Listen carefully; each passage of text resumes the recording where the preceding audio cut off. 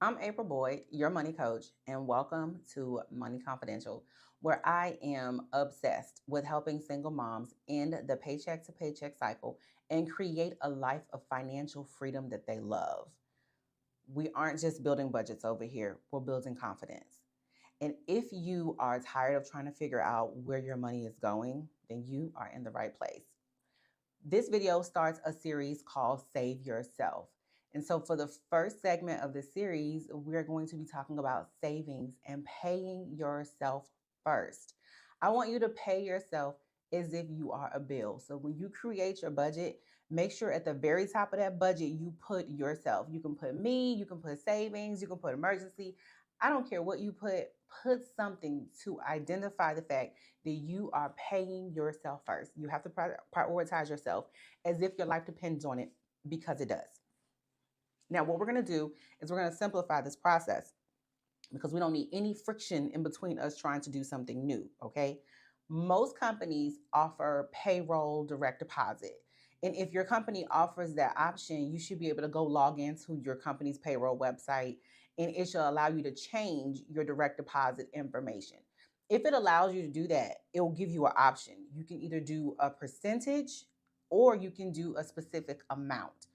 It's really up to you. So if you're one of those people where your paycheck is very consistent, you get paid every other week, you get paid twice a month, you get paid once a month, but it's the exact same amount, this is going to be simpler for you. So what you're going to do is if your paycheck is $2,000, you want to take your decimal point, move it over one spot to the left. That's going to give you 10%. One spot over is going to be $200. So when you go into your payroll, you're going to either hit 10% or you're going to type in $200. It really just depends on what your payment amount is. Now, if you can't afford to do 10%, which I completely understand, then try to do 5%. The way that you figure it out is also very easy. Make sure you just move that decimal spot over one. You got 200, and now you cut it in half, and that's 100. So 5% of 2,000 is $100. Doesn't matter if you are making $600 a paycheck or if you're making $6,000 a paycheck. Saving yourself is imperative to your financial health and your financial freedom. If your paychecks are inconsistent, maybe you are an entrepreneur or maybe you do gig work or something like that, then you may not be able to go in and set this up. So what I would recommend that you do is make sure that you have a solid routine on payday. So when you sit down and you get ready to pay your bills on payday, the first thing you need to do is take that money from the bank account that is deposited into and transfer it over to pay yourself. The same formula applies. Move that decimal over. You have your 5% and then you have your 10%. But maybe you just can't go into payroll and set it up to automate it. So the process for you is going to be manual. The next thing that I'm going to recommend is that you do not have the savings account with the same bank that you have your checking account or whatever account it is that you are spending out of. And here's why. Because when you open up your banking app and you see that you have a certain amount of dollars in your checking account and a certain amount of dollars in your savings account, you're going to be like, oh, I got some money. Because that's what I used to do. Maybe you're different. Maybe you're more disciplined. But I used to go and be like, oh, girl, you can go get some new shoes or you can go get a new purse or some makeup. No, no, ma'am. That's not what we're doing. So, to prevent yourself from doing that, I recommend you opening up a high yield savings account with a different banking institution.